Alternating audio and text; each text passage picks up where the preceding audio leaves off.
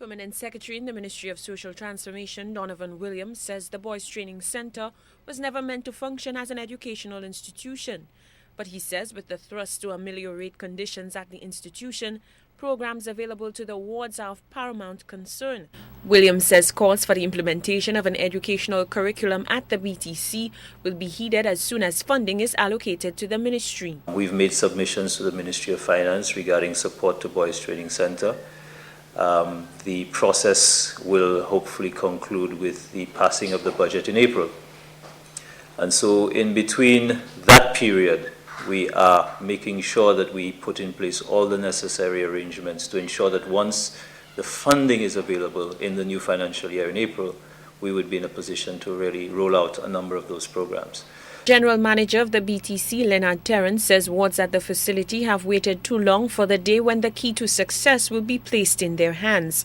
Terrence says as the institution gets set to celebrate its 50th anniversary, the time for action and education is now. We want education, we want formal education to be undertaken at the Boys Training Center. English, maths, science, social studies, IT, agriculture, what have you. And we are going to do whatever it takes to ensure that somebody hear us, somebody listen to us, and somebody do what they have to do to ensure that the boys' education is taken care of. Williams agrees but admits there are serious hurdles to overcome.